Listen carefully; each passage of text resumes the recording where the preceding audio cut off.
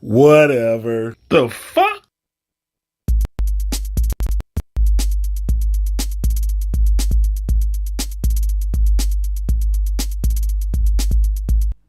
Yo, yo, yo, yo, yo. What's the word? What is the word? We are up in here. It is 6:34 a.m. We are getting things started. Can y'all hear me? Let's get this sound thing right. Once and for all, shall we? It's your boy CB in the building. It is 6:35 a.m. We on WETF. This is the I Just Got Off Work show. I am your host, CB, aka the Rude Educator. Hit me up on Instagram, hit me up on Twitter, send me emails, therudeeducator at gmail.com. I answer all of that stuff. And most importantly, or not any less important, leave a comment on one of the many videos that's on WETF. You'll find me in every last one of them. I don't have a co-host. Don't nobody want to fuck with me yet. I don't know. Maybe I'll get one. We'll see. It's a long and arduous journey here at WETF. But I'm going to do some explaining this morning about what it is exactly that I'm trying to do with the channel, with the movement, with the community we trying to build here. And hopefully that'll get some more people on board. And we're just going to keep it moving, though. Now, today is Friday. For some of you, that means it's the last day of the week before you get your weekend started. You ready to get out there and do your thing. I support all of that. Go have a ball. Do whatever it is that you enjoy doing and do it to the utmost because life is so short. I mean, life is long. Life is too long for some things and way too short for other ones. So whatever you get into this weekend, make sure it's what you want to be doing and make sure you do it to the fullest. Because we only got this life to live and you want to make sure that you live it up to the utmost. Hey, we up in here. Hey, round of applause for all the people that's subscribed over the last couple of weeks because I really appreciate that. I mean, it is dope as hell to look at the analytics on my page, on my channel, and see that so many people have come to support. I really appreciate that. I mean, like the support has been real anyway, even since, you know what I'm saying, did the first episode on WETF. Like, people really been checking for it, and I definitely appreciate that. Make sure you check out the merch store. It should be a link in the it should be a link down here underneath the video. So go ahead and click on that and see if there's anything that, you know, tickles your fancy. I work real hard trying to design merch that was, you know what I'm saying, both you know, that had a message, but it was also fashionable. So, you know what I'm saying? Like, you know, check it out. Tell me what you think. Tell me if it's some other stuff that you want. This is what I'm trying to do here. I am trying to be not just, you know what I'm saying, somebody to fill up your morning with a bunch of jibber jabber, but also encourage and assist you and get into what your goals may be. Because I know it's a lot of people out there, maybe, you know what I'm saying, it's a lot like I am, where you're not so sure if you take that first step. But that first step into getting into the whole shebang, getting everything started, that's the most important step. So once you take that first step, Then the rest of it, happens the way it happens. And, usually it works out pretty good because taking that first step, that's all that passion and everything that you had inside of you. And then you see that it ain't that hard and you keep going. You're just trying to build momentum. And that's what it's all about, building that momentum, reaching out to other people that are the same mind and making it happen. So, that's what I'm hoping to do with this channel. That's why I get on here every day and talk to y'all for about an hour just so you know that I'm here. I'm gonna be here all the time just so that you know that I'm here and that you can come to me and be like, yo, CB, I don't know, man, like I want to do this thing, but I don't know if I should do this thing. And my answer every time is going to be like, do you have a vision? Can you close your eyes and see what it looks like? Then you need to do it. Because the vision of what it is that you're trying to do is the most important thing. Once you have that vision of what you're trying to do, then everything else move out of your way. Everything else is just an obstacle that you can easily overcome to get into where you want to be. And I say the word easy, I guess I should probably use the word simple because it's either you do or you don't. And as long as you keep saying, I do, then you can get over whatever coming your way. Yo, I told y'all I was going to watch Bel Air last night, but I failed. I didn't get to it. So I'm planning to talk about that tomorrow. And also, I'm not going to be in the studio tomorrow. I'm not going to be in my little office here. I'm going to be at an undisclosed location, but I will be on live at 6:30 a.m. So make sure that if you don't know where I am, you don't ask where I am. Just know that I'm where I'm supposed to be, and that's all that matters.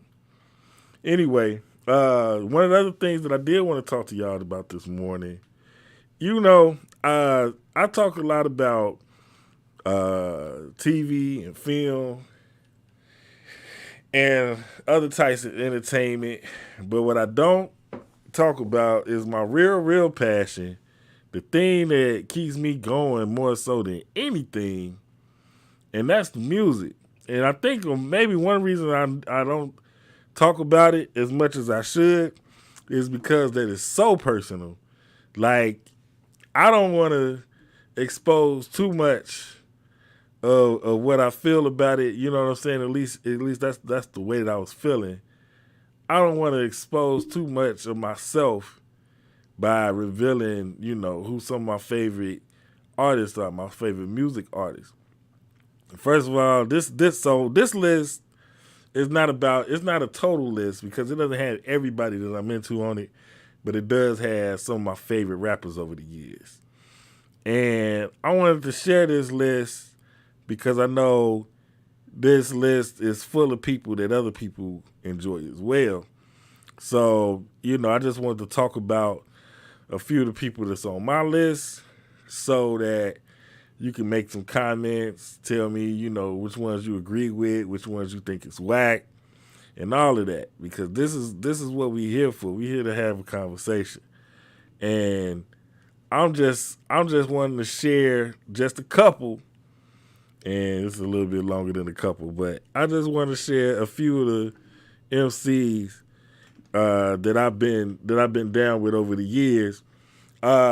It's a list. It's basically like a lifelong list, talking about where I started from and where I ended up. So here we go.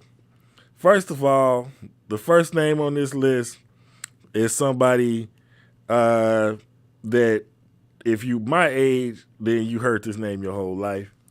If you're a little bit younger, you might not know who this is. But the first rapper on my list is MC Curtis Blow.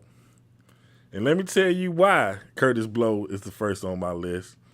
Because back in the day, before I could buy records, before I could buy tapes, CDs, whatever, I had to listen to what my parents had in the house.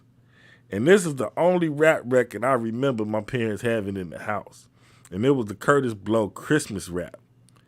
And when I learned how to use the record player and I found this record, it blew my mind because it was like this dude is just talking over a beat and it's making sense and it sound good and you can dance to it. I was like, what is this?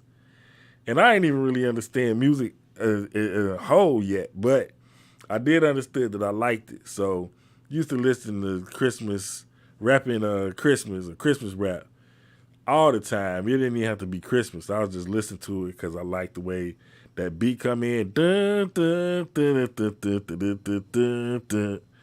And then, he's doing his thing. Dope record. Dope record. So it wasn't no Sugar Hill Gang, Grandmaster Flash, or none of that. It was Curtis Blow. And so then the next stage of my development of musical taste in the hip hop genre came when I used to go to the skating rink. Shout out to GI, anybody that ever used to go to Screaming Wheels. And whenever we go to Screaming Wheels back in the day, they'd play two songs. One was Lottie Dottie, and the other was The Show. And so, and they would play them back to back a lot of times. I don't know if Disco Enterprise was doing the DJing back then, but that's really some terrible DJing to be playing the same, the other side of the same record back to back. But to their credit, it was probably the hottest record in the world, or at least in the country at the time. And then on top of that, I mean, it wasn't a whole lot of other rap out, so what else was you gonna play? And that record though, I used to listen, I used to know it, I used to rap it all the time.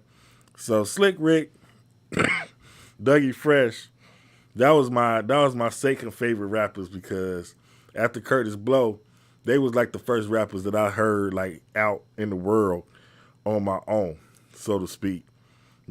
Parents drop you off at the rink, you do your thing for a couple of hours, and you just really thought you was doing something. You know what I'm saying? Chasing the girls around and all that. But yeah, Dougie Fresh and Slick Rick was my second favorite MCs. And then that brings us to one of the first records that I heard on the radio, and that was Mary Mary by Run DMC. And I think there was also the video that kind of solidified it for me with the Mary Mary. And Run DMC had that style, you know what I'm saying? They came out with the black hats and the black jackets with the Adidas no shoestrings.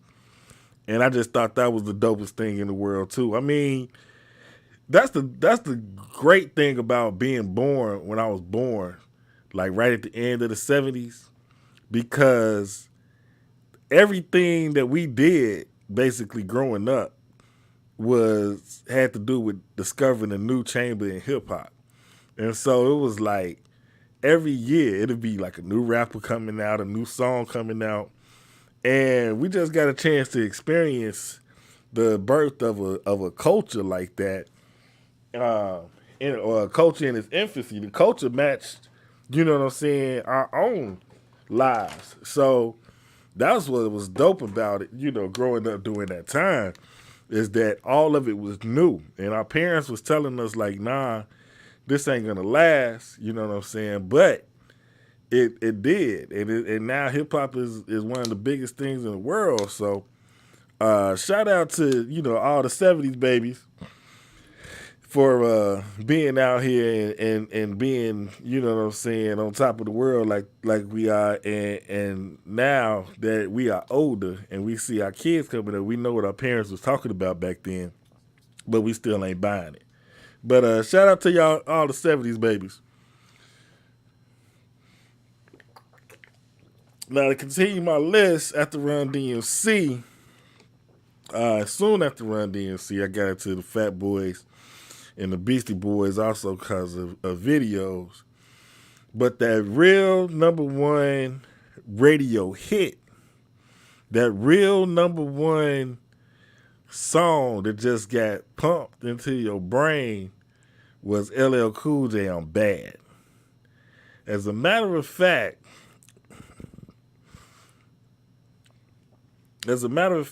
if we go back and talk to the people from GI, how many of y'all remember the I'm Bad and then the I'm Bad super mixed with LL Cool J's I'm Bad and Michael Jackson Bad all at the same time? Who remember that? Because I remember that like it was yesterday. They mixed, it was like some kind of super mix like they used to do back in the day. And I don't even know if them two songs, it don't even seem like them two songs came out at the same time. But if they did, that was some genius. That was just some genius mixing for them to do on GCI like that, to mix them two songs. And then, so LL Cool J, you know what I'm saying, he had the spot for a minute.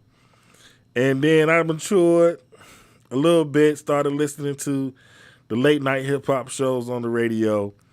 And that's when I discovered Rakim, because there was a DJ named Ramonski Love who used to do the rap down, and he would start off his show, every show, with doing it with the R.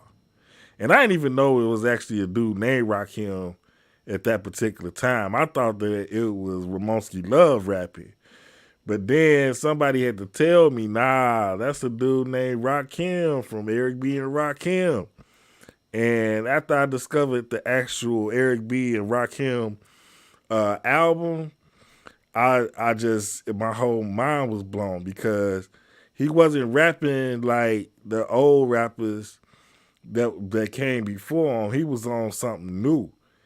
And the way that he put his words together was just so, so much more involved. Again, like, here's a rapper that's basically coming out and meeting my developing taste where they are. You know what I'm saying? I already had the Curtis Blow experience. I got a hold of some Sugar Hill Gang and whatnot back then, and then it came into the Run DMC. But here's Rakim coming on a whole nother level, and my mind was ready for it at that particular time. So that was dope. And so it went from Rakim to it shifted a little bit, and it shifted. I think everybody, if they being honest, around that time, kind of shifted to that West Coast sound, and I might have been one of the last ones to do so because so far I'm heavy into the New York scene. I'm thinking I'm a real hip hop head. I'm breakdancing, all that kind of stuff.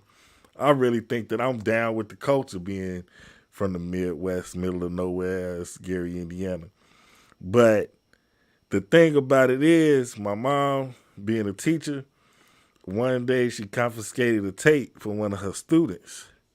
And the tape she confiscated was Ice Cube, America's Most Wanted. Why did she bring that home and let us play it?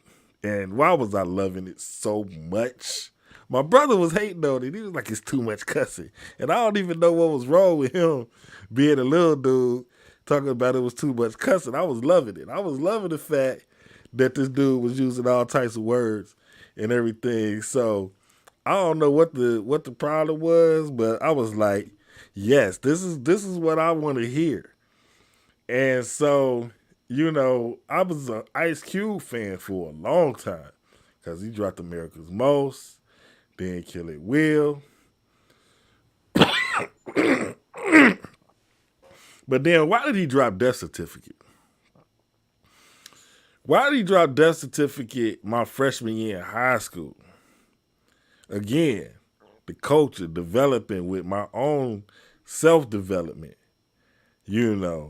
That was the dopest time. I remember my homeboy Dennis had the Death Certificate tape. And he was like, man, you got to check that out. You know what I'm saying? I know you're a Cube fan. You need to check it out. And I went and bought the tape. And when I bought that tape, of course, that certificate is known as a classic album at this point. There's no disputing that. But I'm talking about the experience then. See, that's what a lot of I don't want to sound like no old man, but that's what the young kids is missing these days is that they don't have that experience of going to the store, buying the tape, then popping the tape in your Walkman or whatever, and then listening to it for the first time. Y'all get stuff too quick. Y'all know what the song sound like before the dude even done talking about the song. Y'all go online and then all you gotta do nowadays is go online and stream it just right then and there. It ain't no anticipation. It ain't no excitement behind it. It's just like you hear it and then a week later it's old. But back then, that death certificate tape, oh my God, you couldn't tell me nothing. Like just the way that it came on, he said the death side, a picture of where niggas is today, the light side, where we need to be. I mean, Q was coming different, right? He was coming on, he did America's Most and Kill It Will, and that was like leftover NWA stuff. He was doing a little bit of, he was reaching for enlightenment, but he hadn't got there yet. On Death Certificate, he got there. And he was really dropping some science on a whole lot of stuff. And then had the nerve to come back with the Lynch Mob with Gorillas in the Mist. So, yeah, definitely Ice Cube, in my mind, held the crown for a minute. And then after that, ironically, I got into Common and I got into KRS-One around the same time, really. You know what I'm saying? As I got a little bit older in school. But then my boy put me on the Grand Poobah, who Grand Poobah was my favorite for a minute. And I knew about Brand Nubian, but Grand Poobah was on another level. His first album, Real to Real, was really where I got my whole idea to rhyme from. Like, Grand Poobah dropping Real to Real really put, stuff in perspective so far as like being a regular ass dude and dropping music like that. You know what I'm saying? Even more so than Common, because Grand Poobah, you know what I'm saying? He just really just seemed like he's just a cool ass dude to me. So that's what that was.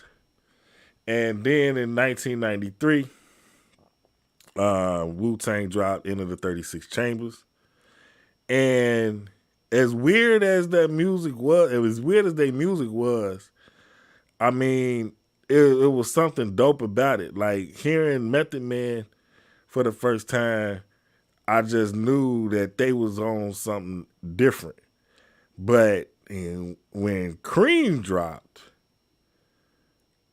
that solidified it for me. Cream, and I think that's a lot of people's story with Wu-Tang. Like, they was doing their thing. They had dropped Protect Your Neck and they had dropped Mystery of Chess Boxing, and everybody was like, okay, they dope. And I think a lot of just like, hardcore East Coast, you know what I'm saying, rap or wherever you want, boom bap lovers really dug it. But Cream is the song that put them over the top. Cream is the song that crossed them over because that piano sample and the way the hook go, meth on the hook like that, it's undeniably just dope.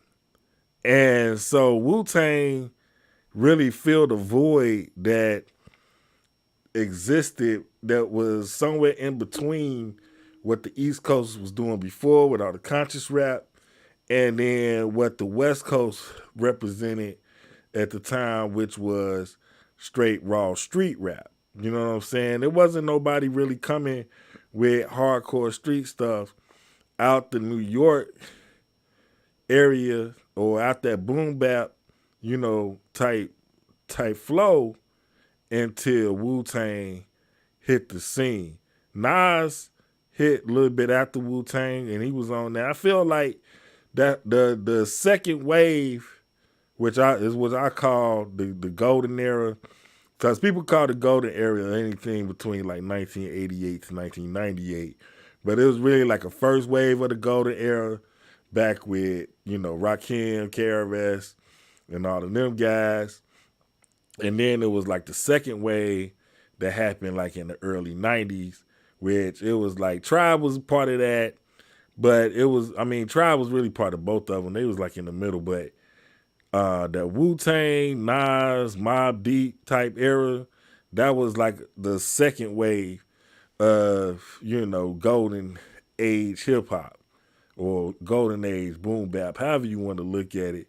Because the West Coast always doing their thing and it kind of flowed into each other. But my thing, they used to talk shit about me because I'll be wearing my Timbo boots. And, like being from the Midwest, I was like a East Coast type dude. But we all know now that ain't exactly what it is. You just, you feel what you vibe with. And it's crazy because now all the East Coast rappers is like on some down south stuff, or probably they really on the drill, which is a Midwest thing. Drill, people will tell you drill started in Chicago really, and that's what the New York cats is on now. So it all come back full circle, you know what I'm saying? And people, recognize that more now than they used to. Like I said, people wasn't even expecting hip hop to last as long, and here it is, the top genre in the world right now. So, and it's still going strong. So, hip hop ain't gonna stop. For one, anybody can try to do it. It ain't like singing where you gotta actually have a voice to do it, but everybody can't do it, and make it good. You know what I'm saying? So it's got that element of I could try it, but it's still like when it's done right, you still can appreciate it. So that's my journey. Like my journey really did start with Curtis Blow and end up with Wu Tang. And like it got more refined because I think, first I think I was like, yeah, Meth the best. And then it was like, nah, I think Jizza the best. Then it was like, nah, I think ODB the best. Maybe it's Raekwon. There's all types of cats up in Wu Tang for you to have your favorite, but I think it settled down on Ghostface because Ghostface, he just come with that pit of pow every single time, and he just keep doing it. He keep coming out with records over and over and over again. And like it's other people that's involved too, like Redman, definitely, you know what I'm saying, I discovered Redman before Wu Tang, but I don't think I was ready for Redman yet. Like I got into Redman like after the fact. Like after he came out with his first couple of albums, I was like, okay, now I think this dude is good. I was kind of slow on that, but Redman definitely one of my favorites of all time. So that's my list. You know what I'm saying? Like I said, it's all the way up in there. And I want to hear from y'all and see exactly what y'all on. Let me see if my guy's up. I told him I was gonna give him a call.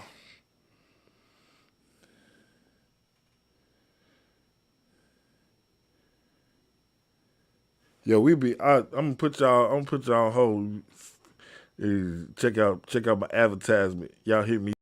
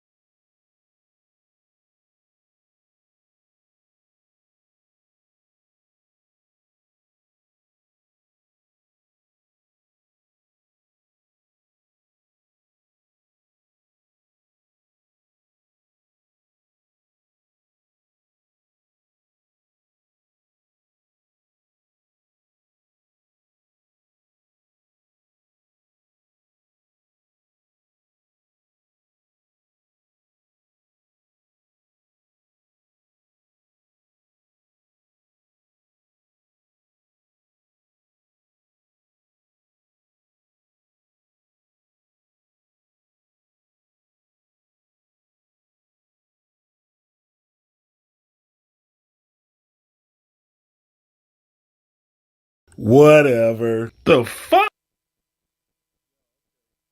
Uh, so, I don't know. All right, so I got my boy over here. We gonna see if he ready. If he ready to jump into the chamber real quick. Or I just woke. I mean, I just got off work. So, uh,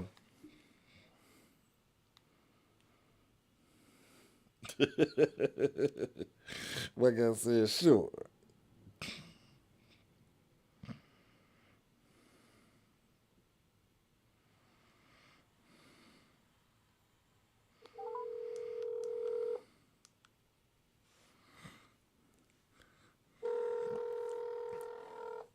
This the homie right here, man. Hello. Yo, what's up? You on the I just got off work show? It's your boy CB. What's the word? Sorry, Bean, what's up? Hey man, why don't you just say what's up to the people, man? What's going on, people? What's going on, world? All right, all right. Hey man, I just wanted to hit you up because you probably the only person to be up this early in the morning anyway. And Yeah.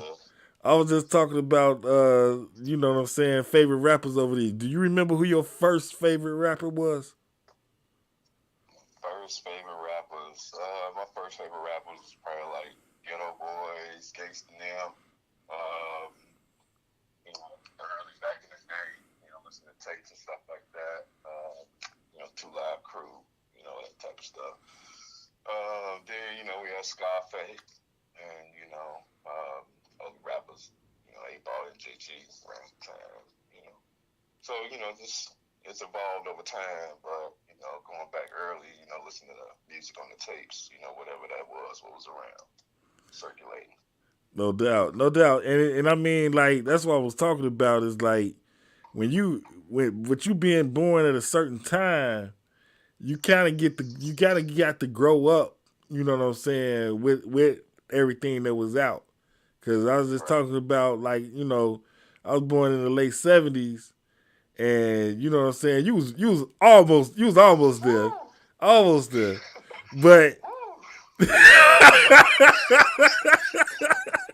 Well, here it is. Here it is. You know what I'm saying? 40s, and it's like it went from what it was to what it is, but so did we. You know what I mean? Right. So Yeah. so that Also, yeah, go ahead. also recognize it was a lot more groups out, then than it is now, which I find interesting. So everybody doing for self right now. Right. You still have some groups, that, have been with each other over time, but, it's less likely that you see, groups coming in now. Or less frequent, I'll say, from what I see. Yeah, I definitely see that because it used to be you need the group to get on. Kind of like it was more like I got a group, but the group dynamic helped me get myself out there, and then you see cats go solo later. But now it's like, man, I can do it all myself anyway. I'm gonna just be solo, period. You know what I'm Right. saying? And I think that's the way people going now. Which everything gotta evolve on its own anyway. But True. we at a point now. I mean, you was talking about tapes. And Yeah. I mean, you remember going to the record store Oh, and or yeah. I buying remember, tapes. oh, absolutely. I remember walking to the record store, Gary on Broadway, buying Masterpiece tape, Ghetto's trying to kill me, all of that. You know what I'm saying? So like that's how we grew up. That's how we got our music. That's kind of what shaped and influenced our lifestyle. Just the whole process of going to the tape store on release day to get the tape. Then you go home, unwrap it, put it in the tape deck, listen to your music, whatever, whatever, whatever. And then at some point you might dub over the tape or, write your lyrics down. There was so much to do, from a music perspective with what we had at the time. So it's Yeah, kind of cool. It helped shape, kind of who I am. Yeah, no doubt. I think it built the appreciation for the music when you have to. I remember just walking to the record store. It was a long ass walk, you know, Mm-hmm. just to get there. Cross country. Right, and then you get there, and then you trying to find something that you like, and Good then music. when you sometimes a lot of times you have to wait till you got it home to even listen to it, and then Absolutely. sometimes it'll be good and you will love it, and then sometimes it'll be not so good, and you hate that you Right. even had to Yeah, go through the whole experience of doing that shit. exactly. Yep. So, having the cassette, the tape deck, the Walkman, being able to get to the, the record store, you get your music, really you rip through the bag before you get out the store, you know what I'm saying? So you can get your music going, and get your vibe, and hopefully, you chose right and, it's all good. If not, some new music coming out, and when ready, when you get your coins right, you go get that new music. Right. Yeah, it had to have your coins right, and that's the thing too. Like it wasn't no pay $9.99 and listen to whatever you want to listen to all the time. Mm-hmm. It was like at least $9.99 to get that tape, unless you get the bootleg, and then the Yeah, bootleg might not be right. You know what I'm saying? right. So Yeah. man, And it might be a little bit extra, you know what I'm saying, depending on what's along with it, you know what I'm saying? Like, right. is it the game? Is it something else, you know what I'm saying? T-shirt, whatever it is, you know what I'm saying? It could be between $9 and $14, you know what I'm saying? Damn, and then we saw it go from the records to the tapes to the Mm-hmm. CDs, and then the MP3s. It took another turn. It went from the CDs to the MP3s, and now they said, "Nah, you don't need none of that no more, man. All you need is your phone, and you listen to Right. whatever you want to." You do you Yeah. do you stream? Do you stream music? I listen to YouTube, I just, search what I like, and I listen to, music, find music and videos on YouTube that I like. But I enjoy that, Yeah, and it influences my life. I listen to the music. I glean what I can take from it. I reflect on, what is in the music that's relevant or relative to things that I might have experienced. And I'm like, okay, I appreciate it for what it is.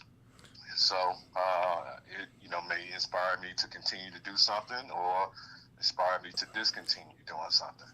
So I think artists sharing their experiences are definitely helpful.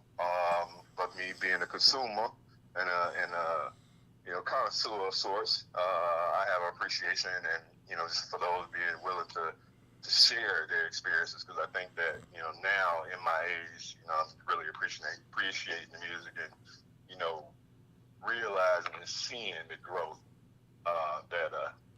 that is happening as a result of some of the things that I'm able to take in no from doubt. a variety of resources. No doubt. So do you have any? Is it any?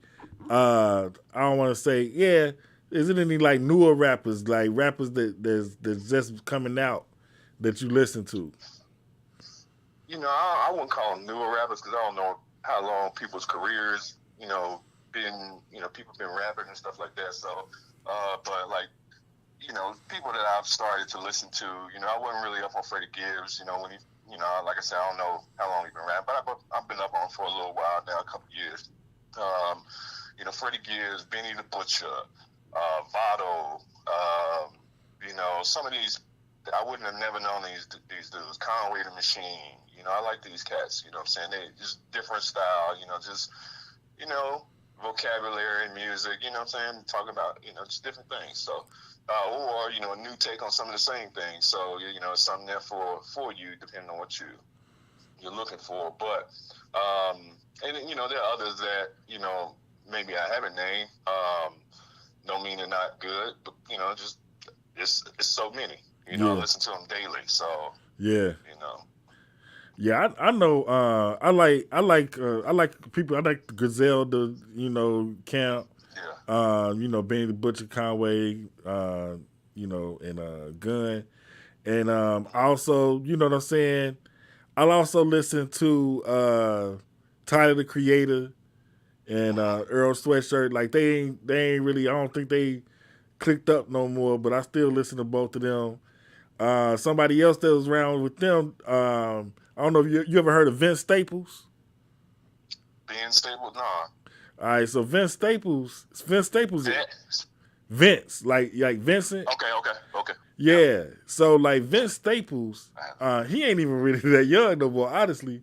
But he basically made his whole career making music for movies and video That's games. what's up. You know, That's he what's up. he he do his thing on the licensing end. So like and that's something else that happened over the years is that Golden Arcs. yeah, like artists got a lot smarter about their business too. You know what I'm saying? Absolutely. And I think that's one of the things that people kind of overlook, especially when they criticize, the new generation on what on their music. They kind of Right. overlook that their business sense is on 1,000 compared to what Right. you know what I'm Yeah. saying to what it used to be. Absolutely. They Absolutely. independent. They doing their own thing, and they get into the money in way more different ways because you can't even really make no money off a record no more. You got to make your Right. money, doing other things. It's connected to the music, but it ain't, the actual music that's doing it. It's the other stuff. Yeah. Image and branding. Yeah, If it's not the music at that point, your marketing. You know, strategies and that type of thing. So that's what you said. The business part of it. Beyond the art. Creating beyond the art. So understanding the beyond the art. So I know I have my craft. I have to perfect my craft. I put out my product, and I hope that people like it. right. But at the end of the day, it's also part of my responsibility to think about this from a business standpoint, like how many units, at what cost, how many do I need to sell to hit goals that are going to contribute to the type of lifestyle that I want to lead, and so like doing that level of business work, that may be beyond the art. I think it's part of what I could see that is helping newer musicians or rappers or what have you like accomplish financial goals so fast. When you don't have necessarily cats selling tapes out the back of their car anymore in the city. You know what I'm saying? Yeah. In volume. Well, I mean, you ain't even got to sell it out the trunk no more. You just upload it, and then now the whole world can get to it, and you just got to tell Right. them about it. You know what I'm saying? You sit at your desk, and I think that's something that a lot of people just discovered during the pandemic. But that's something that what I'm saying. A lot of music artists been doing for years now. You sit at your desk at your crib, make your music, mix it, master it, put it all together, send it out, and promote it all from the same chair. And you ain't gotta do half the footwork you used to get put on, but but you still gotta have a team. And I think that's maybe Yeah, what you gotta have a skill too. right.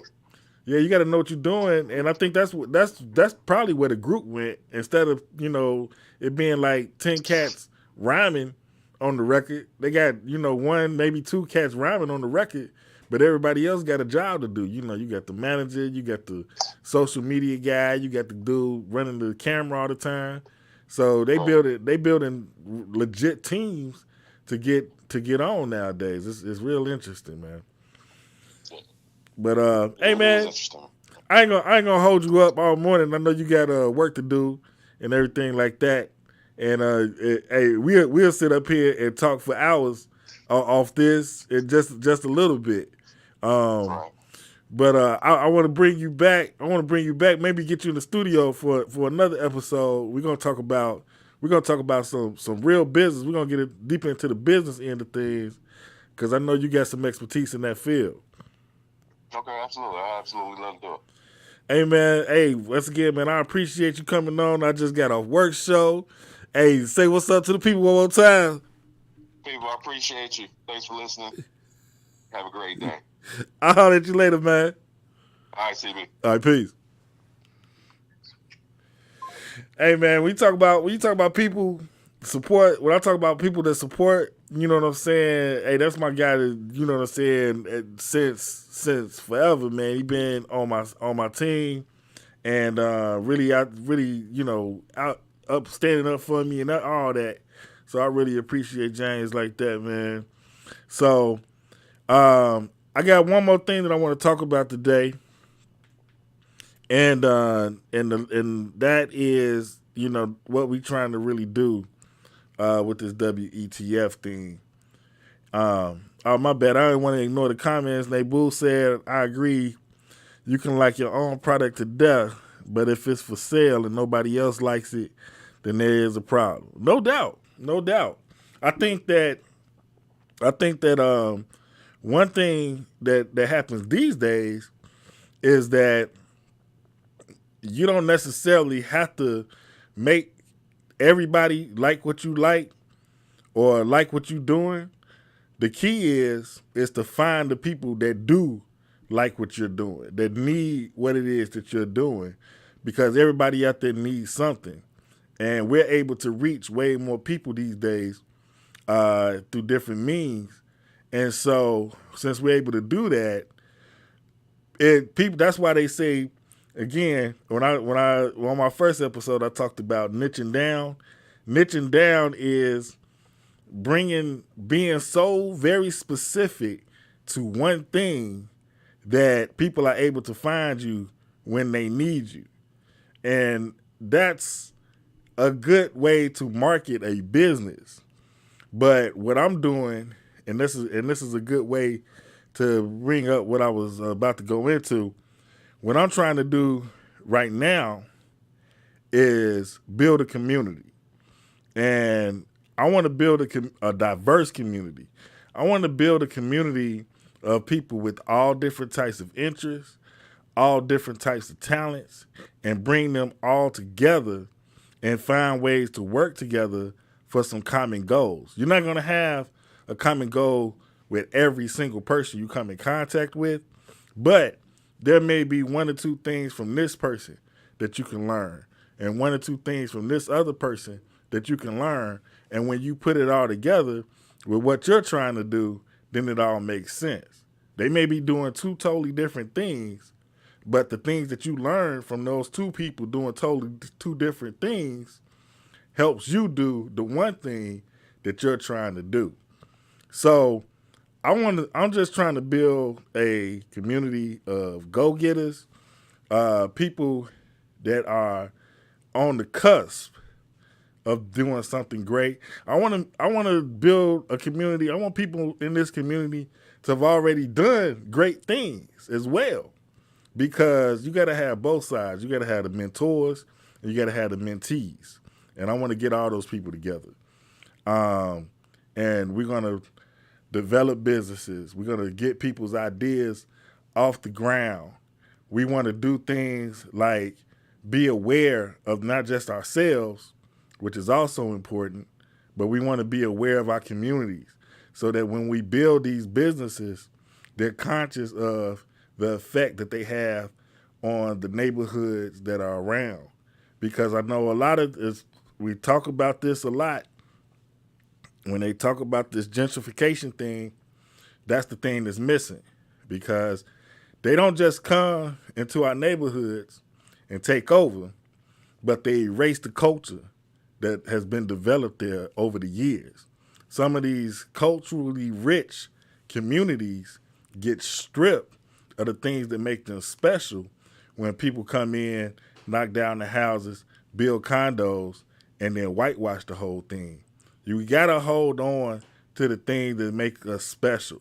We gotta hold on to the things that make us unique and make us glow with that special power that's inside of all of us. Your uniqueness is your brand. So just remember that as you develop. Remember that as we go on to the next level, because I don't want to just do this for myself. I want to do this for everybody that comes around, and I want to make sure that everybody gets a piece of whatever pie they trying to taste. Yo, it is 7:25. We are on WETF. This is the I Just Got Off Work show. I am your host, CB, aka the Rude Educator. Hit me up on Instagram. Hit me up on Twitter. Send me an email, therudeeducator@gmail.com. Tell me what your talents are so that we can develop those talents and use those talents to get to the top. I am just the messenger. The message is whatever you got. And this is whatever the fuck. And I am just getting off work. Hey, I appreciate everybody that comes and checks out the show. I appreciate all the subscribers that's been coming and supporting. Anybody that hits me up, says what's up. Hey, it's all love, man. We're going to keep doing this, like I said, tomorrow and probably Sunday morning. I'll be coming from an undisclosed location, so things may look a little different. We still going to have it being professional, though, so don't fret on that. But I guess it's getting close to that time. I feel like, you know what I feel like? I feel like dancing. Let's do it. Let's get it. Let's get that. Let's get it. Not to that though. Not to that.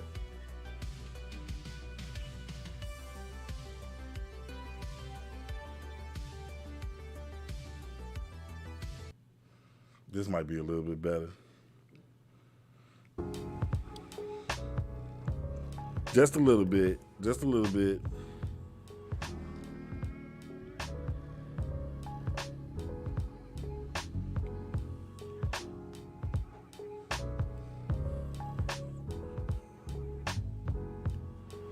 Yo.